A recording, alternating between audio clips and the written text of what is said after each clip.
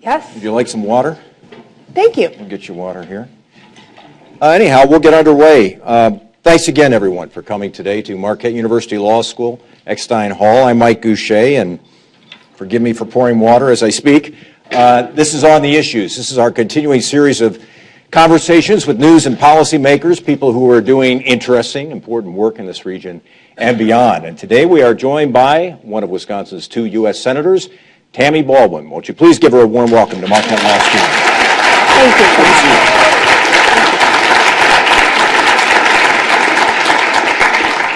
So I think the last time you were in this room was at a debate here at the law school. It was. Do you have fond memories or not so fond memories of that experience? Fairly fun. Fairly fun.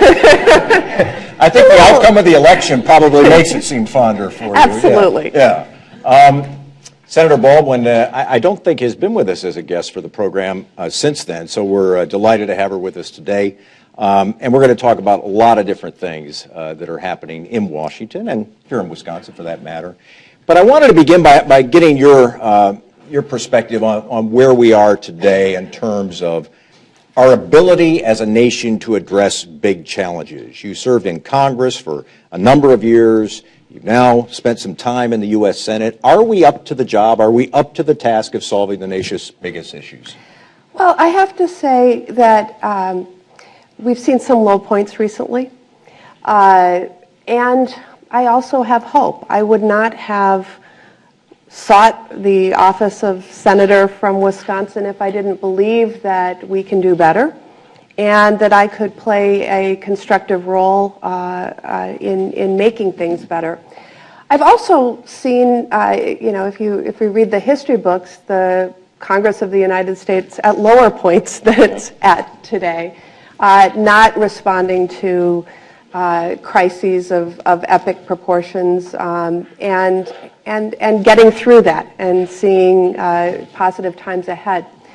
So, in my first year, I saw a government shutdown, but I also saw a Congress that is incredibly polarized pass the first budget that had been passed in several years. It's supposed to be an annual process, and it had eluded the Congress for several years. And a 2-year deal was struck in December.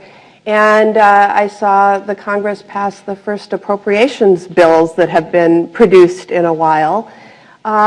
Those required some compromises. Those required the parties backing off bright lines and working together. And so those were glimmers of hope, but not enough to satisfy us. So a lot of work needs to be done. I think the other thing I'd add, in terms of my own perspective on this, is that I obviously just made a transition from serving in the House of Representatives to now a year and some months serving in the U.S. Senate. A body that, in order to pass anything, has to have 60 votes, which at this point, given the composition of the Senate, means that if all the Democrats and 2 independents stick together, we need at least 5 Republicans to come over.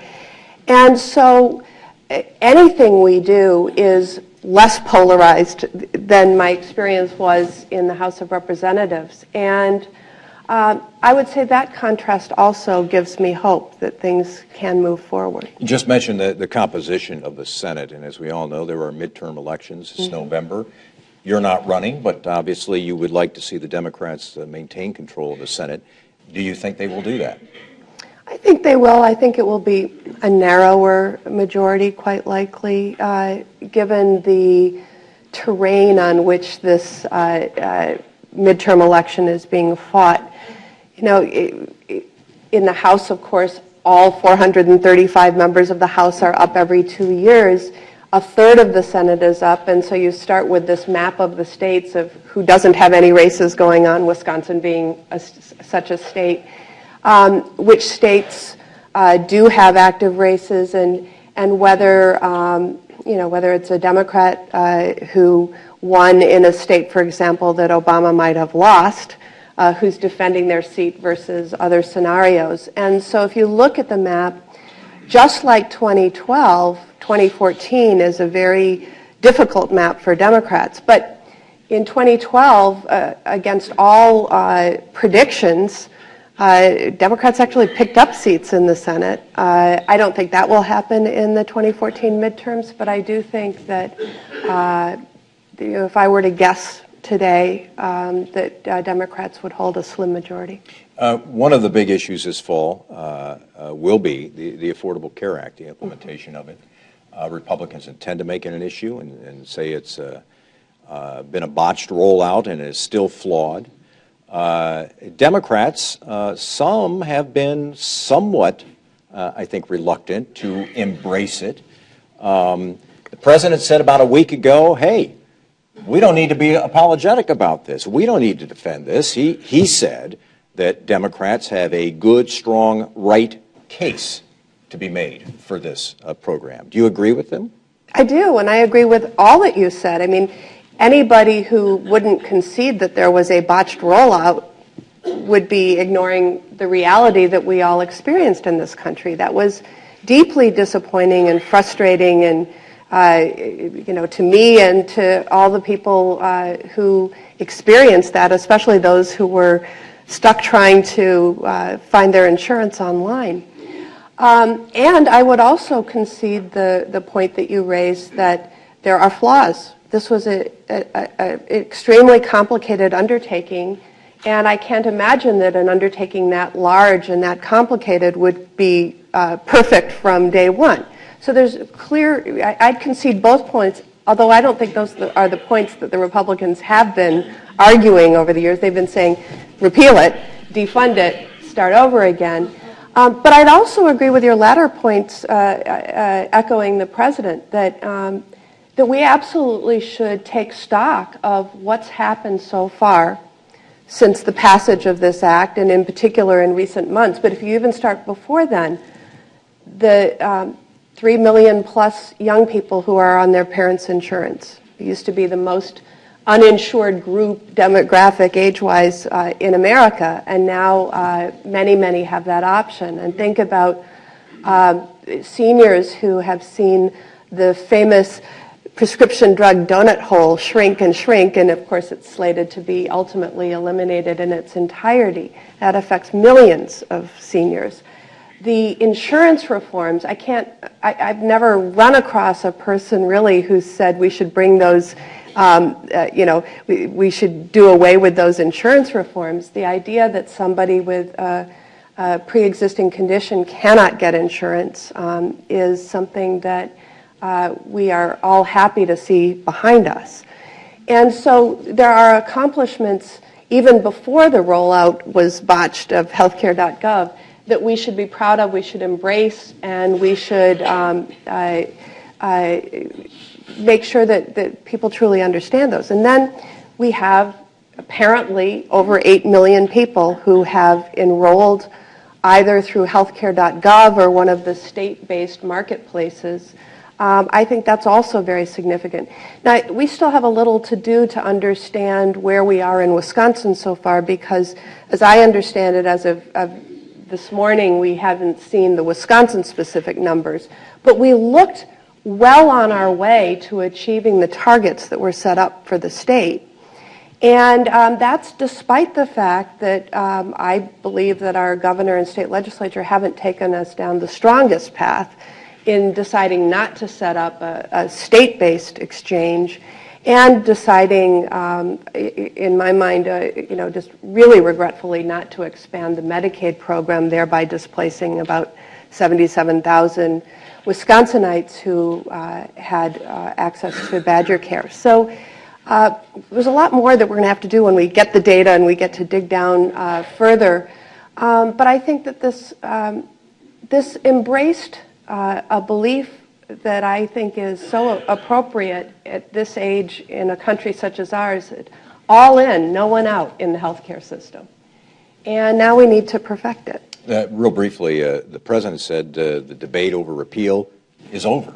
Do you agree? Do you think the debate about repeal is over? I think some folks didn't hear him say that, if that's the case, because we keep on seeing these attempts to repeal it or to delay provisions or to defund it, to the point where it's just ridiculous. I think there are close to 50 separate actions on that. And as you indicated, we have midterm elections that are likely to be fought around this. We still have people who are standing up and saying they're running for office to repeal it. So we're obviously going to have to contend with the rhetoric, but I think as long as this president is in office, nothing's going to get past him that would repeal the bill. A couple of quick follow-up questions on that. You said there's still much we need to know about the data. Does it bother you at all that we don't know how many people have actually, for instance, paid a first premium toward, they've enrolled, but have they paid a first premium? Is that stuff that you need to hear right now or you want to hear in the immediate future? Well, there's all sorts of things we're going to need to hear because, for many people who didn't have the opportunity to have health care, perhaps because of a pre-existing health condition, this may be the first time they have ever enrolled and started a process of a monthly premium. And so we are going to have to understand, what needs to be done to help that happen. I'm particularly concerned about the 77,000 folks who had previously been on Badger Care who are, we hope, making the transition to the health, the marketplace here. But I think that will be the case for many, and where even a very modest premium responsibility is going to be very, very significant to their household budget, their individual budget. And so absolutely we're going to need to know that. We're going to need to know how many of those 77,000 have not yet been enrolled or enrolled themselves, and what we do about that. I was, in my first year in the Senate, very interested and had lots of dialogue with both our governor's office and the Department of Health and Human Services about how do we track these people who are being displaced and make sure that they're getting the information to assist with enrollment. And the federal government insisted in Wisconsin's waiver related to Medicaid that the state take responsibility to closely track and communicate regularly with that population, but we're not satisfied yet that that's happening. Another question, should we be concerned about the demographics of those who have enrolled? The president said we had over 8 million people enroll, and he said, we had about 35% were in the sort of this demographic that we need for this program to work. But, I looked at some of those numbers, and it's the 18 to 34 population is probably more like 28%. And originally, I think the goal was 40% in that group. Does that concern you if we don't have the numbers of people in that young, healthy group participating in the plan?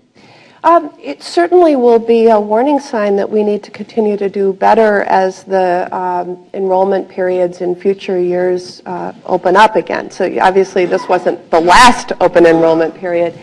And those are that's why we need access to this information. It also is a little worrisome because Wisconsin is a state that's older demographically. So our numbers trail the national numbers with regard to youth enrollment. Although it's creeped up, we just tend to be an older state. Now, the medical system in this state has long understood that and knows that, but still, I think we need to be concerned.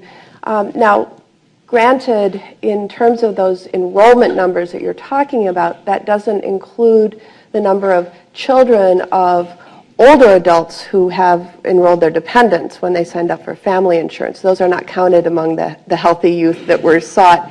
And it doesn't also count separately the youth that stay on their parents' health insurance until they're 26. So some of them might be out of that number who have directly enrolled, but are still in the overall healthcare system, which is what we want. So you're confident that 5 years down the road, 10 years down the road, this will have been a good thing for America? I have no question that having more people with health coverage is a step that we needed to take and a step in the right direction. But it's not the end.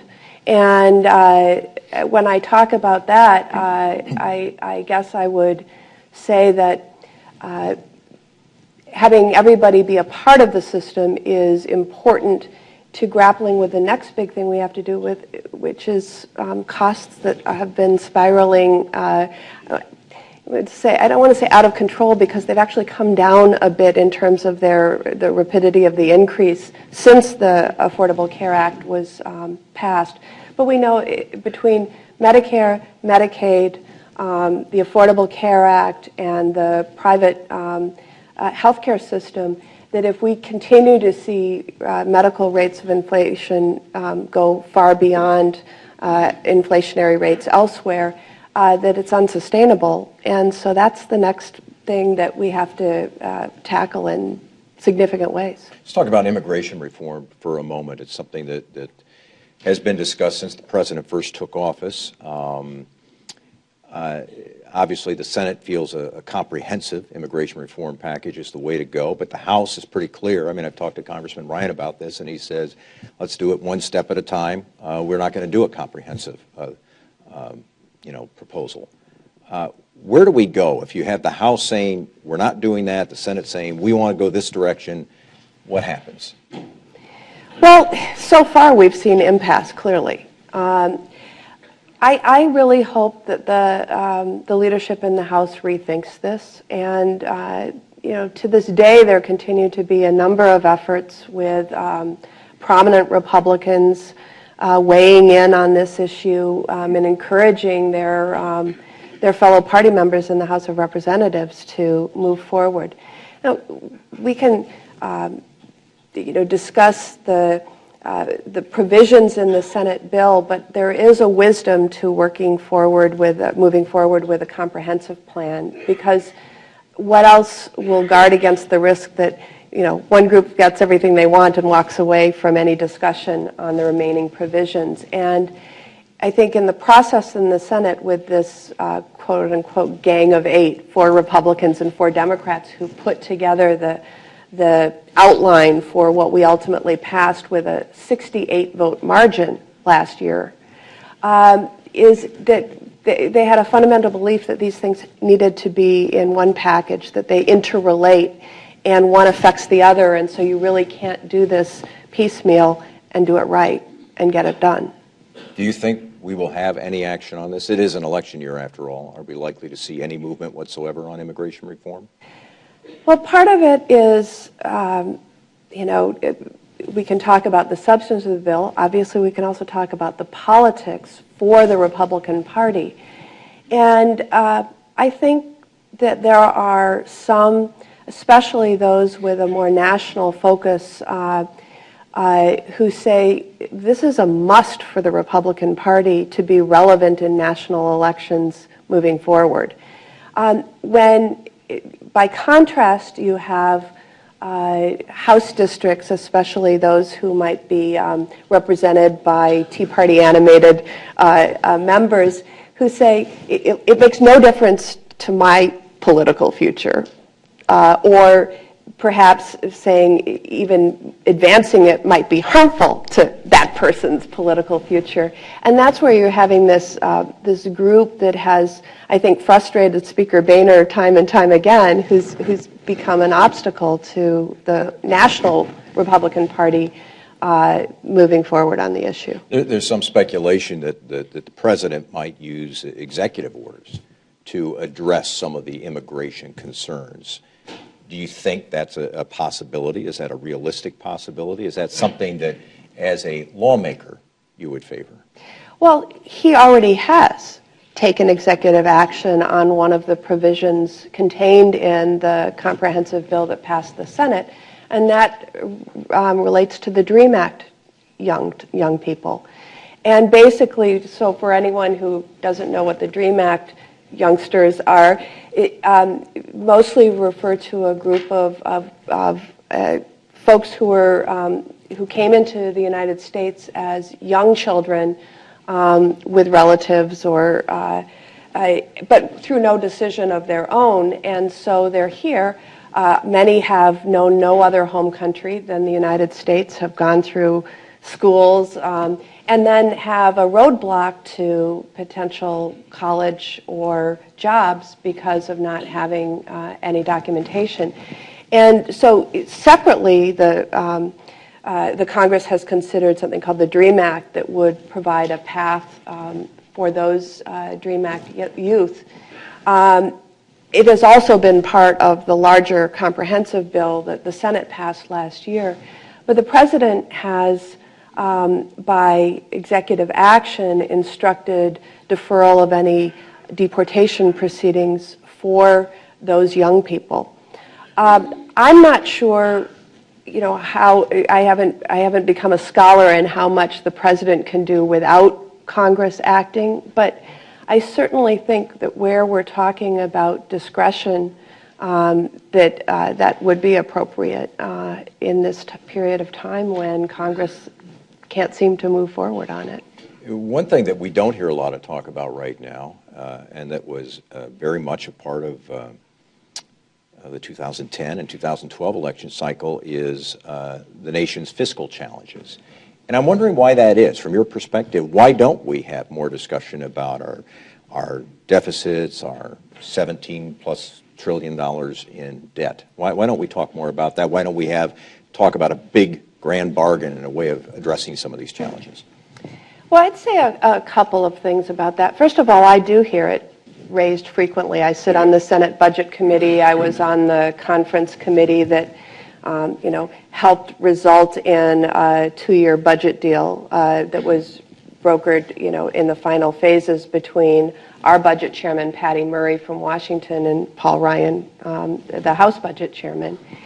And I think whenever we have budget committee hearings, we regularly hear about the debt and the deficit, but in a broader context, when we're bringing in folks like Doug Elmendorf, the head of the Congressional Budget Office, and talking about the impact. And I think that there's probably a greater awareness that some of the measures like sequestration that went into effect for the better part of a year has halted economic growth in some areas of our economy and had it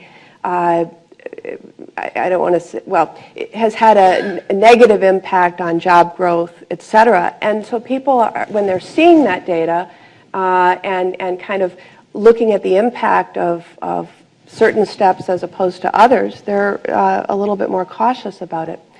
I think there's a recognition that there are some very central and basic investments that one needs to make in order to grow. And whether that's investments in our education system, investments in innovation, so that we can lead the world in cutting-edge ideas and technologies, or our infrastructure. That those are sort of bedrock commitments that we make, and that's the central responsibility of a government to undertake, that if we don't make, if we fail to make, it's to the detriment of our economy. And so I think it's a more complex and nuanced discussion than you were hearing, say, in the 2010 elections, because people are seeing the impact of something like sequestration. I think also there was a lot of folks giving these issues second thought after the government shutdown that was such a disaster last October.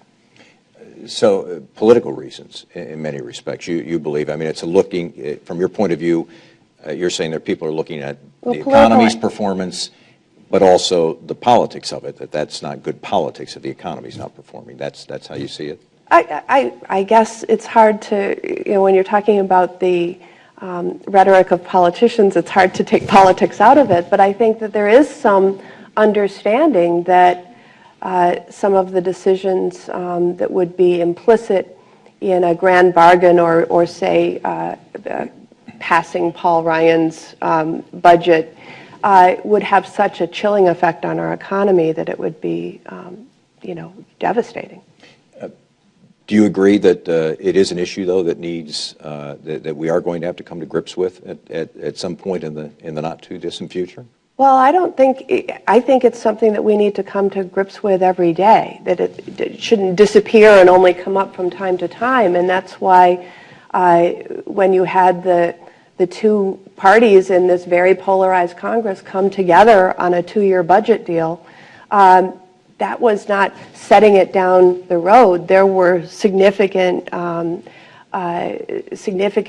cuts over a 10-year time horizon that will take place, but I think they were viewed as cuts that can be achieved without stalling economy that's been sort of sputtering back to life after a deep recession. Democrats have talked a fair amount in recent months about certain pocketbook issues, whether they be raising the minimum wage.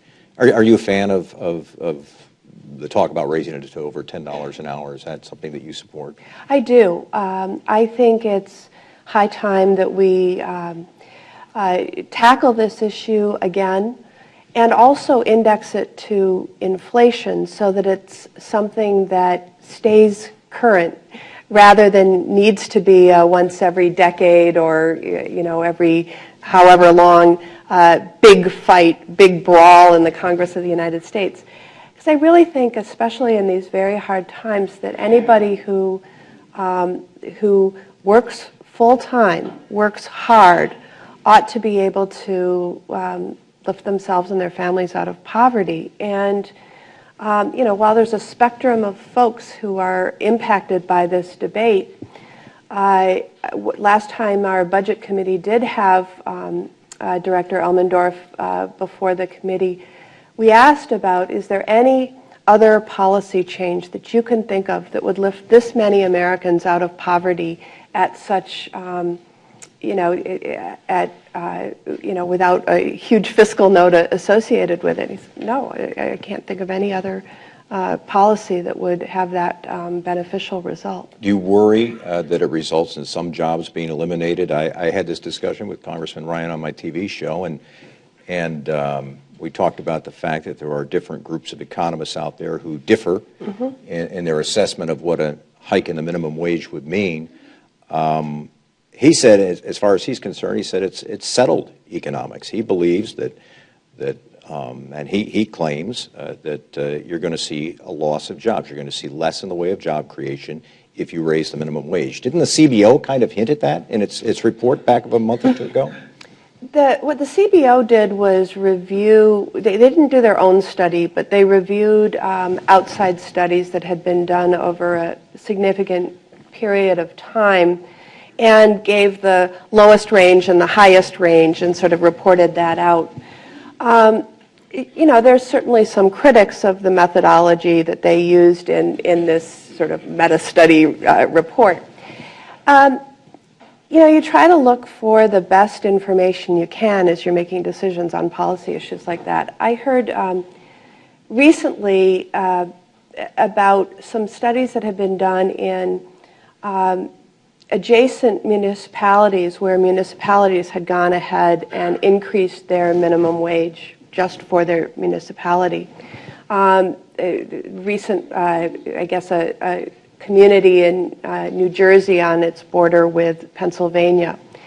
And it was a great sort of control of an experiment of what happens. And I think that the results, again, very small, very isolated, and there are other factors that could be at play, but the suggestion was that it's actually a job creator because so many people have more money in their pocket.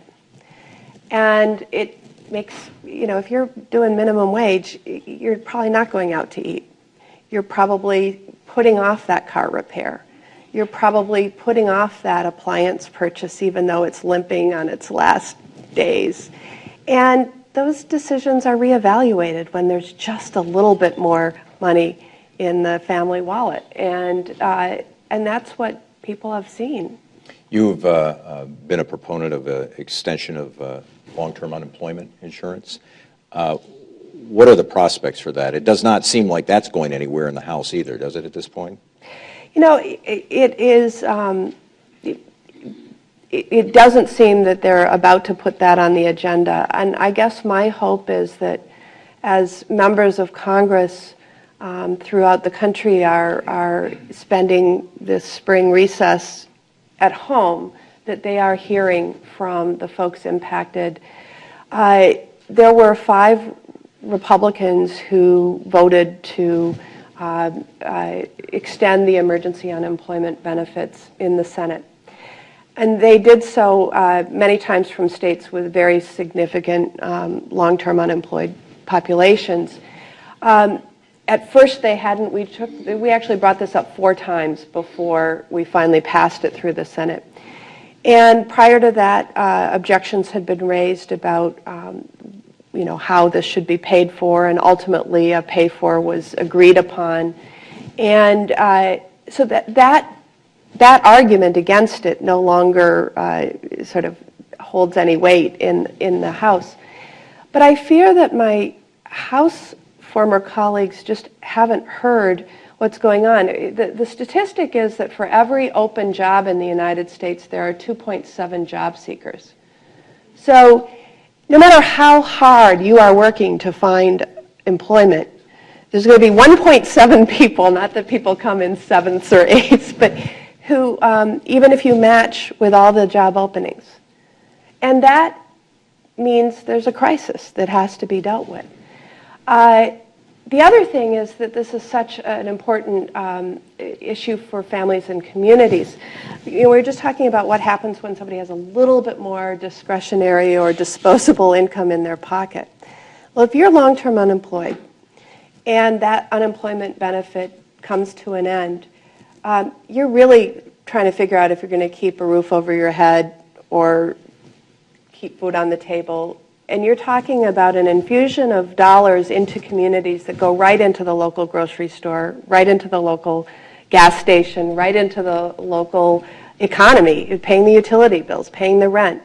It doesn't stick around in that family budget. It goes right into the local economy. And our local economies could use this as much as the people who are suffering because they've been working so hard to find a job and not able to. I was going to say, when I listen to you speak, and I've talked with you a number of times over the last year, I get the sense that you feel that the economic recovery is still pretty fragile, that we're not, that it's not one of those, that's so 2010 issues, that it's still a very big issue today. Is that an accurate read of your... Absolutely. 2.7 job seekers for every 1 job open. That's not a rosy picture. And then the reports that we hear about the middle class losing ground, the middle class shrinking. Those are people with jobs, but those jobs aren't keeping pace with what it costs to get ahead. And I think a lot of Wisconsinites feel like they're working hard, they're playing by the rules, but they're not getting ahead anymore, and they just want a fair shot at that American dream. You touched on income inequality. Is something that you feel that as a nation we are dealing with or are prepared to deal with? I think we're at the very beginning of what will be a long discussion. And I think a lot of people, despite the fact that this has been a trend that's been worsening for some time in the United States, that a lot of folks are just waking up to. But it is interesting to hear people from all across the ideological spectrum say this is an issue, we can see it, and we have to start talking about strategies to deal with it. Now, at this point, the strategies are still pretty far from one another, but I think that it's something that we're going to hear a lot more about. You and I were talking before the program began about, our middle class used to be the envy of the world, and now reports are that other, industrialized countries have stronger middle classes than we do. Well, what's that about? When did that happen? Who was asleep at the job? And so I think that's something we ought to really worry about. I think of the middle class as being the backbone of our democracy and our economy. A couple of quick environmental questions. We had General James Jones, retired General James Jones, here at the law school on Monday. He is President Obama's former national security advisor. And he made a case for approval of the Keystone Pipeline XL project. He thinks it's a sound investment in America's energy future. What do you think about Keystone? You know, I am sad that it's become as politicized as it has. And I have to say, I, too, am frustrated by delays that have I think, added to the politicization of the issue. Like the one we just had last week. Yeah. So there's a process, and that process is very important. The process takes into account environmental issues, and it takes into account safety issues. And I want to just focus mostly on the latter right now, because Wisconsin has had 2 pipeline breaches in recent years, one in Washington County, and I'm trying to remember the other, I think was in Adams County. I might be wrong on that latter one, but about, I think in the one north of here, 55,000 gallons leaked, and 50,000 in the other instance. These processes matter and have to be done thoroughly for our safety. And even if the Keystone doesn't run through Wisconsin, I think that that's important. Now, as I said, I would like to see these processes as thorough as they need to be, have some certainty in terms of an end date. And so I understand people's frustration of wanting to know the outcome, wanting to know the answer. But I do think that it's detrimental when politicians become involved and say, without the process, we are simply going to decide the outcome of it. Based on what you know about the project today, would you support it or would you vote against it if it were up to you, for instance? Well, if I were voting on it at all, it means that the process has been politicized, because this is a process that is wholly an executive branch function. So I think the answer would be, it depends. You know, if you're asking to bypass the conclusion of this, this process, I would probably vote no, because I don't think politicians should be interfering with it. But I have to say, as I did before, it is mightily frustrating that it hasn't come to a conclusion and the administration hasn't yet done this. Now, they have their set of arguments of why it should take longer to do this. You know, at this point, I think people's patience is wearing thin. Well, it sounds like the president probably won't make a decision until after November, so we'll I guess, wait and see. Quick question about the Great Lakes, the Great Lakes Restoration Act. I think there are probably a lot of people in this room who have some concerns about the future of the Great Lakes. The kind of species that are living in there, the changes, dramatic changes that are happening to our lakes, lake levels, all of that. Are we doing enough to address the issues that are facing our Great Lakes? I don't think we are yet, but I think we're on our way to bringing renewed attention to the Great Lakes. And I can see some steps that I don't think will be hugely heavy lifts politically that can get us further down that road. So you talked about the Great Lake Restoration Initiative, which is funded but not authorized. And so I'm part of an effort to try to make sure that that this becomes a part of our permanent laws, that we don't have our attention diverted again. Another really important piece of all of this is embedded in a bill that the Senate passed last year and the House is likely to take up fairly soon, or actually they have two, but we need to go to a conference committee, and that's the Water Resources Development Act, which deals with our nation's water infrastructure and some of the port-related concerns.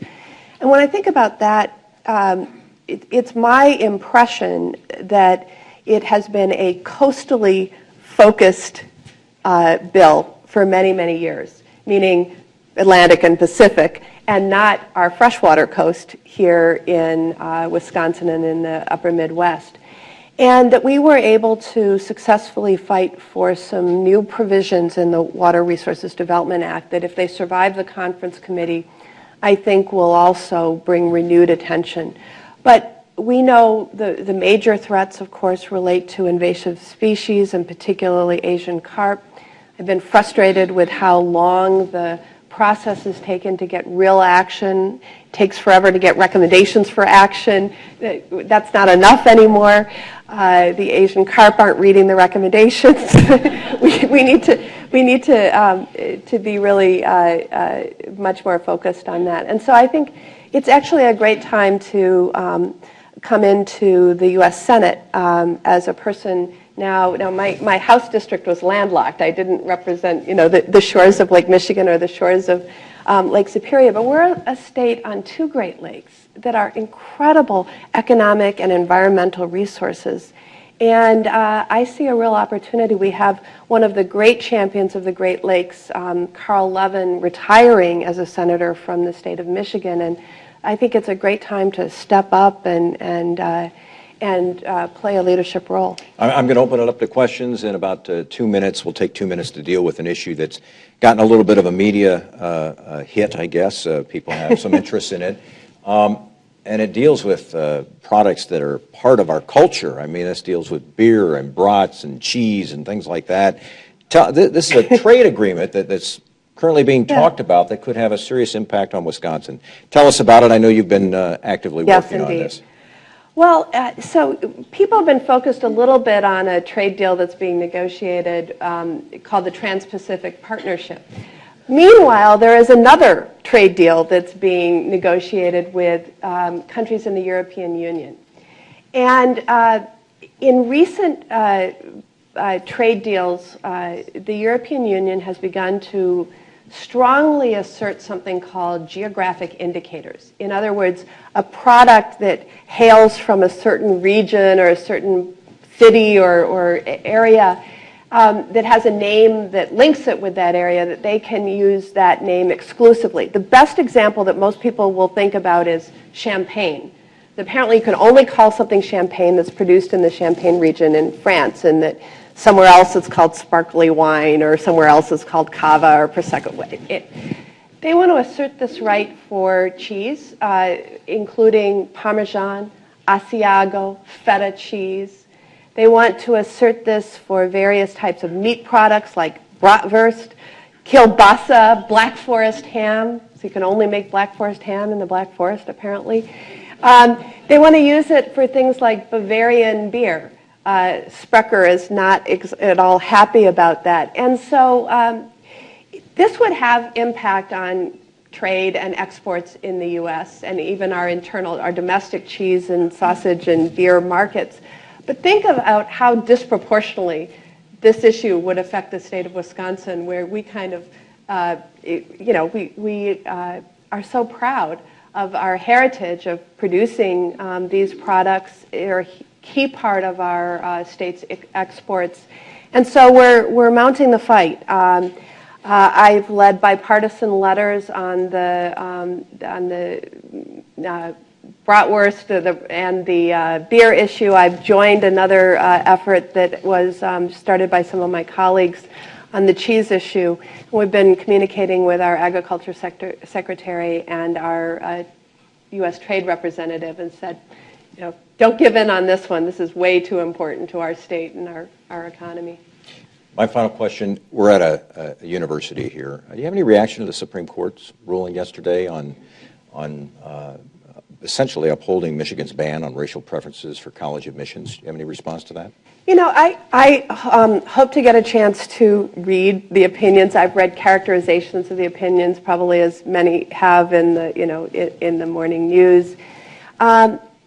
And my understanding, again, without getting deeply into any of the opinions, is that the question that the court was deciding was, when does the majority get to decide about minority rights, and when not?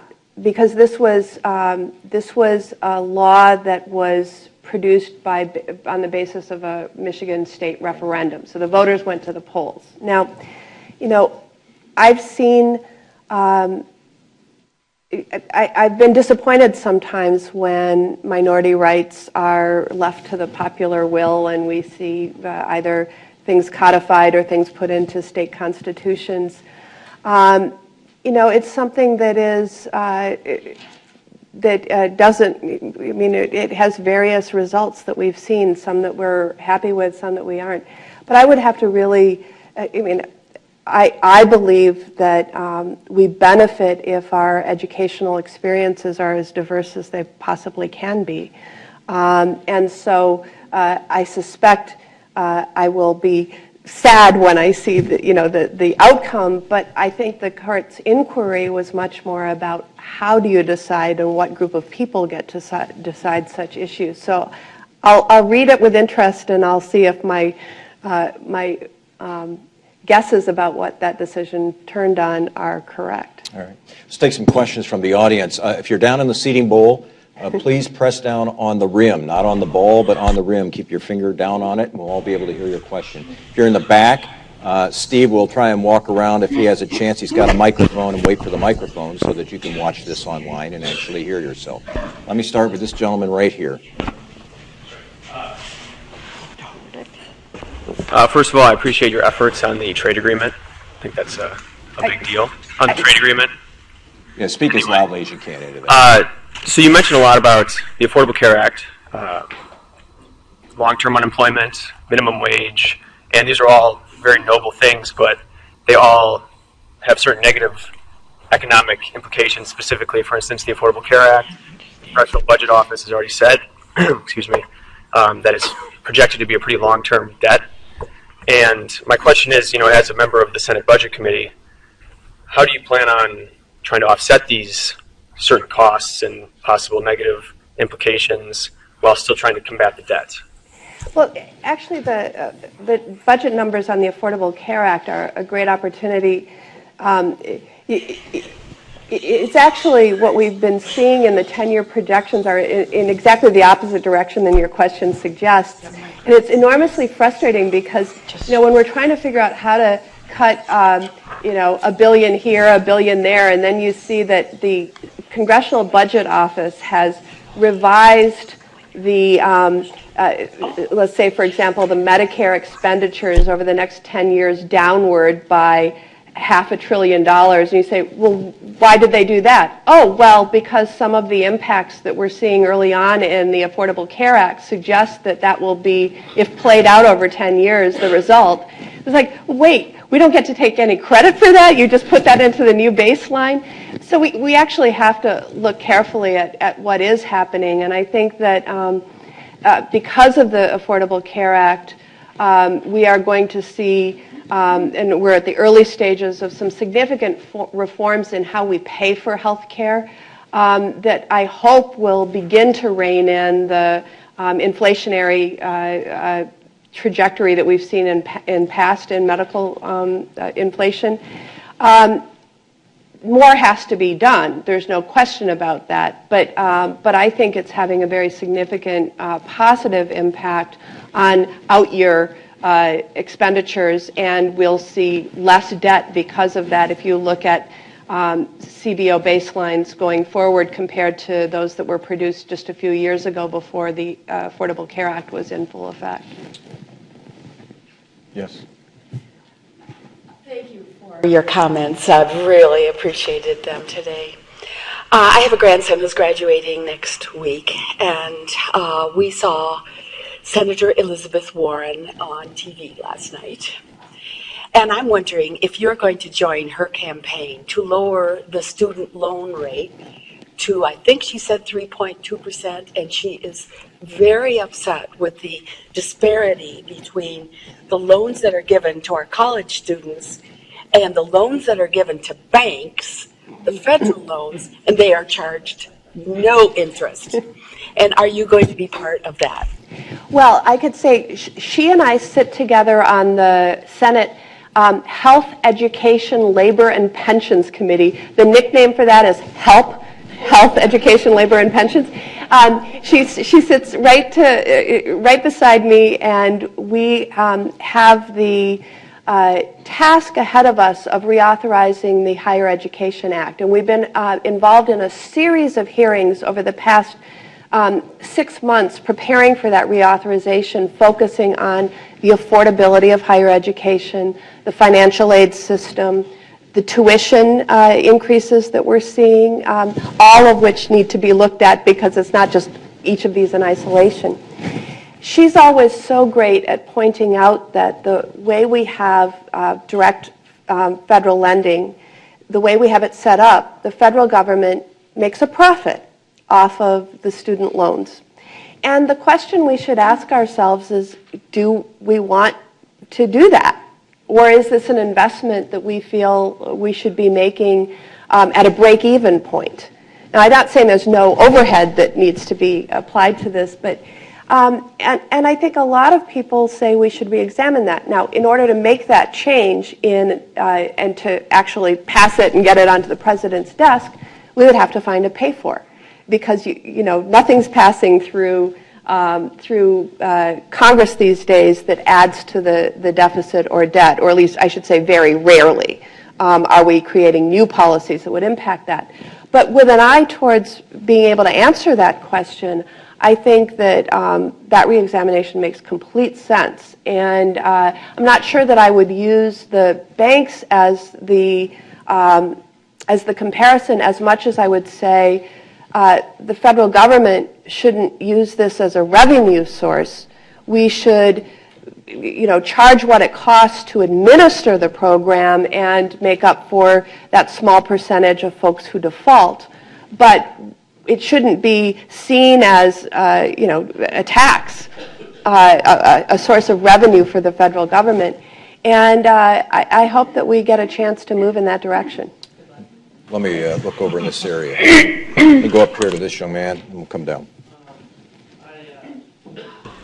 I also wanted to ask you about your comments on the trade agreements. I know the Pacific one is pretty close to being a done deal in terms of the particulars, but the European Union one is still pretty far away. It seems as if a lot of Senate Democratic leadership really doesn't want to grant fast-track authority to the president, and the last time it was granted, it only passed by like 7 votes. So locally, I can understand your concerns. Is there any potential compromise that you could see in that? Yeah, well, let me sort of take that in pieces. And I'm not sure how close we are with the Trans-Pacific Partnership. As you know, the president is actually taking a trip this week, and this topic is supposed to be part of his discussions when he visits Japan and South Korea. I think he's going to Malaysia and the Philippines. But so I'm not sure how far along. And one of the things that's very frustrating, I think, to members of Congress is that so much of these negotiations happen out of public sight. And you don't see contemporaneous documents that are being discussed, and it kind of gets sent over as a fait accompli. And that takes us to the whole issue you raised of trade promotion authority. Because I understand intellectually the reason why we need to give the president the negotiating room, because otherwise, if you didn't, you'd not be having a trade negotiation among one representative or a couple from each country. You'd actually be negotiating with every parliamentarian from every country at the table, because we have the responsibility for ratifying or dissenting on these agreements. And as part of that, we have an authority to be able to offer amendments, to be able to ask for changes in things, in bills that come before us or agreements that come before us. And so the administration has to say, well, you can't possibly negotiate a trade agreement if after the president agrees, there's 100 senators who also get to amend it and 435 House members who also get to amend it. And so they have these trade promotion authority or fast-track deals to basically ask the Congress to give up its authority to shape these trade deals in advance. Now, I think members of Congress should be pretty cautious about doing so, about letting go of our authority to represent you in the details of these things. And that you should only contemplating saying yes to that if you get enough agreements up front that you know you're going to like the trade deal when it comes, or of course you still have the right to vote no. And I just don't think in this particular version of Trade Promotion Authority that we're there yet. And it probably will weigh more heavily on the TPP than the deal with the European Union, in the sense that you're dealing with economies at various stages of development. And if a manufacturing state like Wisconsin is worried about jobs going to the places where you can hire the lowest wage workers, that's more of a threat than a trade negotiation, say, with the more, with countries that have more developed economies and minimum wages and worker protections, et cetera. But I also think that you're probably accurate about the timing of such a deal. There has been caution expressed by Majority Leader Reid about when this might come up. And it may be one of those other things that just gets punted until after the election in terms of debate. I have time for two quick questions. Let me go back to one of the students back there. How about this guy right there in the gray shirt, gray sweater, and then we'll try and come down here and we'll wrap things up. And if you can keep your question brief, that'd be great. Thanks. Okay. My question goes along the vein of the student loan question before, whether there are any changes that you foresee coming down the pipeline of student loan forgiveness for law students that would be working in the public sector, and whether you would support such a change if it came to a vote. I do think that we're going to have discussion about both loan consolidation and renegotiation of loans as well as forgiveness programs. And I've actually heard it brought up also in other fields aside from law, so I don't want to, and I think we'll probably have a fairly comprehensive discussion about that. Right now, and just to track on some of our conversations about the Affordable Care Act, that's actually, people ask me all the time what needs fixing in it, and there's a number of things that need fixing in it. But the loan forgiveness provisions in the Affordable Care Act do not appear to be aligned with where we want to promote more, more people getting involved. And so, we've talked about the Affordable Care Act as hopefully providing a pivot to primary care fields where and less specialization. But we haven't aligned the loan forgiveness programs in a way that will help people make those decisions up front.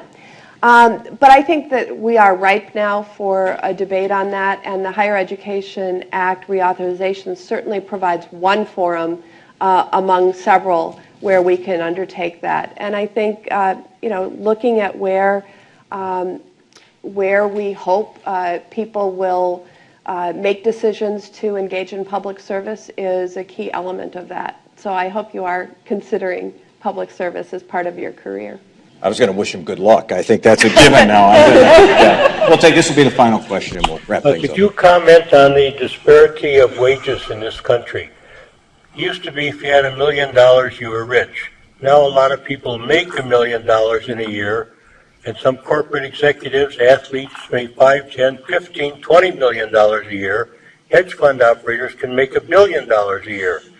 If you're on the minimum wage, you need food stamps. Something doesn't seem right. Absolutely.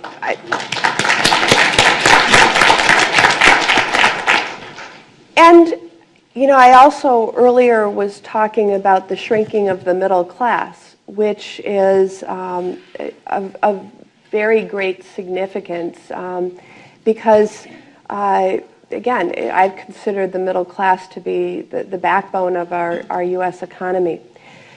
We clearly have a system that has chosen, in certain policy decisions made, to reward wealth over work. And the best tax examples I can give you are the fact that